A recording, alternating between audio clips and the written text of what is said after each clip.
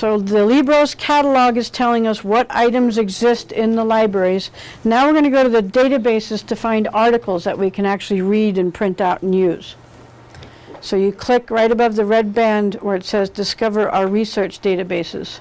And that should take you back to the library website, to the list of research databases that we subscribe to. Once you're on the database page, there's a short paragraph that describes what this is. If you are on any computer that's not a UNM computer, whether you're at home or you're right outside on your own laptop, you don't need to do that on any of our UNM computers right now. But each of these databases, this whole list of access points that you see here, the library pays for. And so they don't want everybody to be able to use them. Only UNM Taos students can use these. And so from home or from any non-UNM computer, put in your NetID and password, and it'll let you into all of those databases from wherever you are.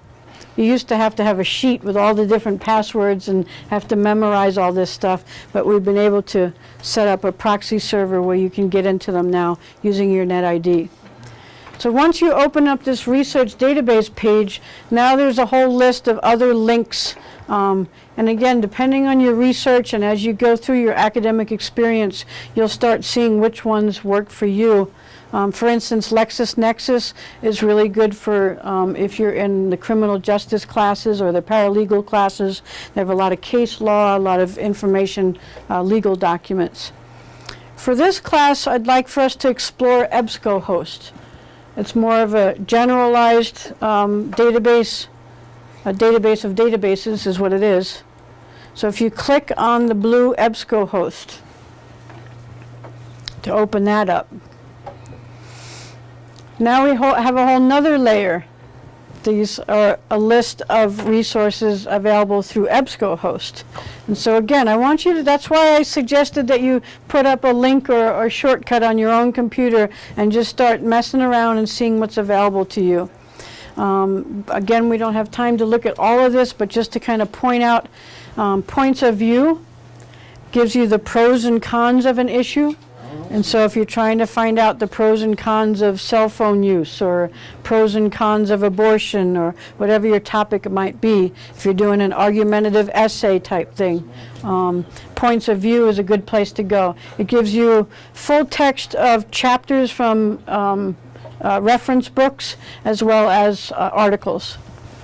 Literary Reference Center is if you're doing research on a particular author or on a particular literary work, a particular book, you want plot summaries or criticisms of a book.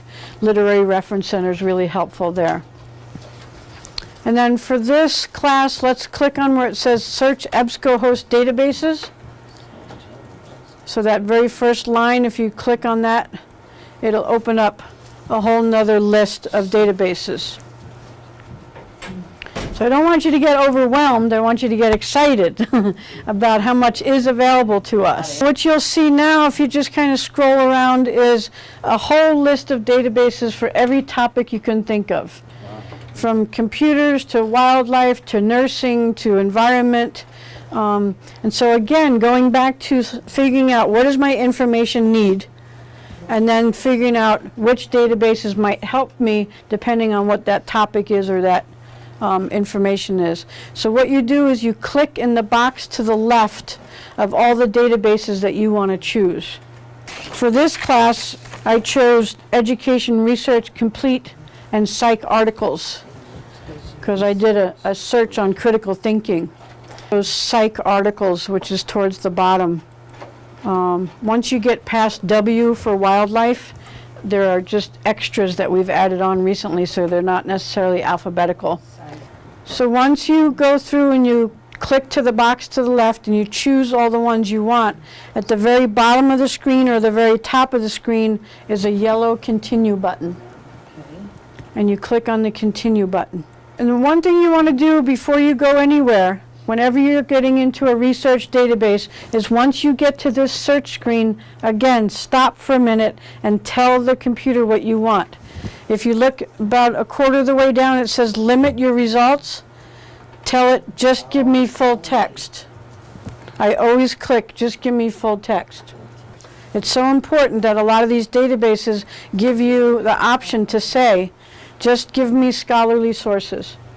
You don't have to do that all the time, but if your assignment entails using scholarly sources, you don't have to think through it very much. Just tell the database you're working with that that's how you want to limit your results. So that way, everything that comes up will be the full text article and will be something that you can use for that assignment.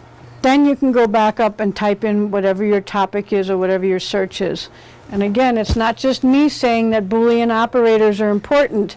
They're so important that the databases build them right into the screen.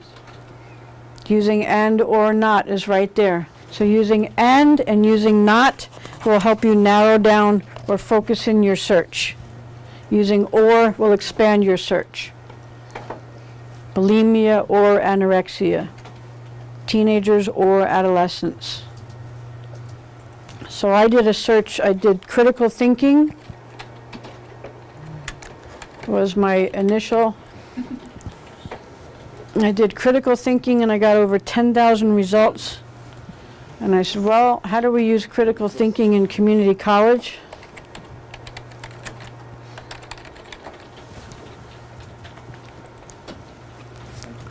Try to nail it down. And then I thought, well, I really want to know, how do our students in community colleges use critical thinking skills when they're using the internet? So I could nail down exactly the articles I want to use. So again, try and think through your search. And once you go into the database and you do your search, I want you to, again, look at the tools that are available to you.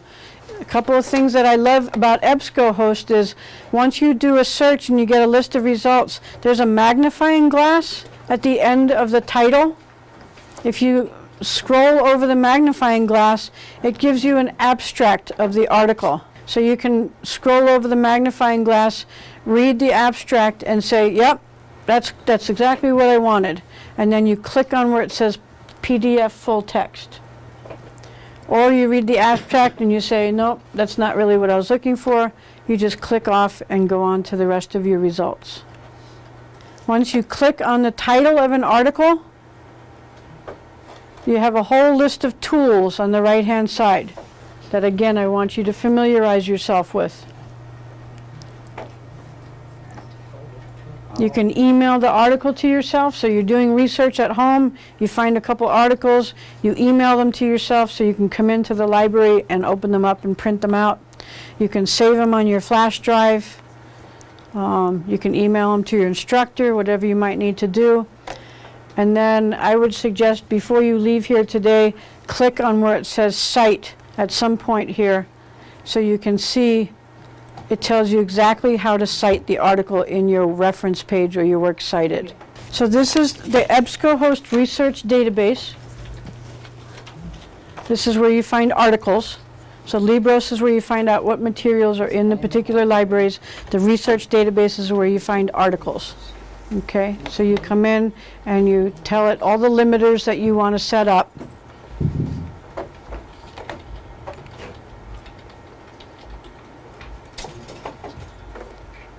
You try to use your Boolean operators when you're doing your search. You set up the full text limiters, the scholarly limiters if you need them. And just wanted to make sure that you're aware of all of these resources, that you don't get intimidated by them, that you just start experimenting with them. It's 24/7 access to all the information you could possibly ever need, right here at your fingertips. We're one of the few community colleges that have access to so many resources like this, so I really want to encourage you to experiment, get comfortable with them, so you can use them not just for this class, for your other classes, and as well, again, for your personal information needs.